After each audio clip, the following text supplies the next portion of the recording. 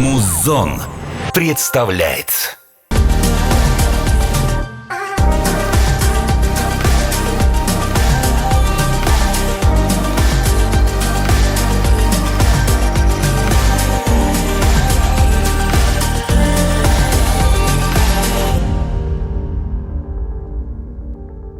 Сәлеметсіздер ме?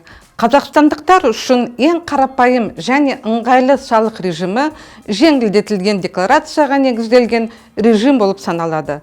Сіз Музон телеарнасынан Айлита Жапсарбаева мен аудит мектебі жобасын көріп отырсыз. Бұл шығарылымда жеке кәсіпкер Қазақстанда оңайлатылған негізде қандай салықтарды төлейтінін айтып беремін. Жіберіп алмаңыз. Жеңілдетілген декларацияға негізделген режим есепке алу рәсімдерін барынша азайтуды, сондай-ақ есептілікті жасау мен ұсынысты жеңілдетуді, әсіресе егер жеке кәсіпкер жалдамалы жұмыс күшін пайдаланбайтын болса, іске асырады. Жауапкершілігі шектеулі серіктестігі төлейтін негізгі салық кезеңіндегі кірістің 3%-ын құрайды.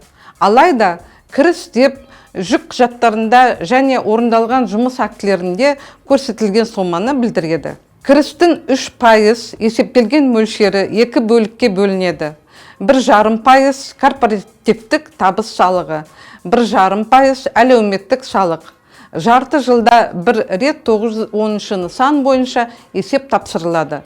Бірінші жарты жылдық үшін 1 шілдеден 15 тамызға дейін, екінші жарты жылдық үшін 1 қаңтардан 15 ақпанға дейін. Желтоқсан айында жеке кәсіпкерліктің есебін қаңтар айында екінші жарты жылдығында тапсыруыңыз керек. Бұл салықтар ЖШС-ның кірісіне қарамастан ай сайын төленеді. Төлем мерзімі келесі айдың 25-не дейін.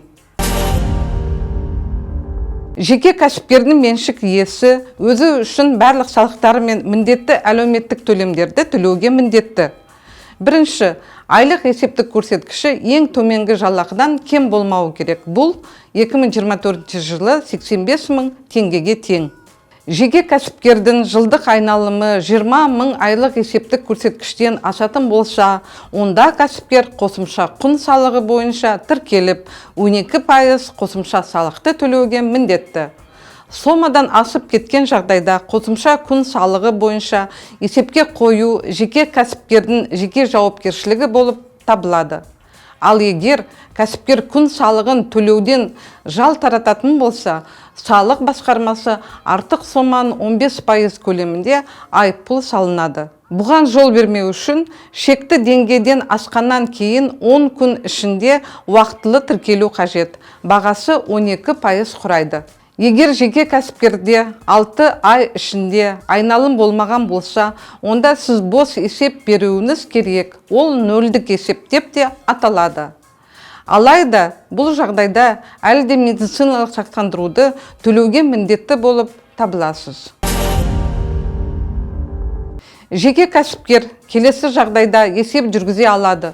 Ол өз бетінше аутсорсинг және бухгалтерлік қызмет бойынша 1 сәуір 2021 жылдан бастап бір келісім шарт бойынша төлемдер сомасы 1000 айлық есептік көрсеткіш шегінен асқан жағдайда электронды счет фактурадан шығарылуы қажет. 2024 жылы бұл сома 3 692 000 теңгені құрайды.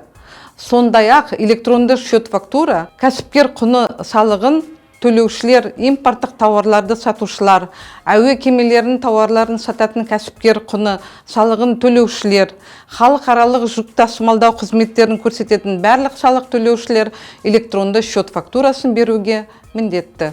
Бухгалтерлік есеп беру процесін жеңілдету, сондай-ақ айыппұлдарды болдырмау үшін сіз маған хабарласа аласыз. Мен сізге көмектесуге дайынмын. Бүгінге осы. Бір аптадан кейін Айлита Жапсарбаева мен аудит мектебі жобасын көріңіз. Мен сізге одан да пайдалы ақпарат айтатын боламын. Музон телеарнасында кездескенше аман сау болыңыздар.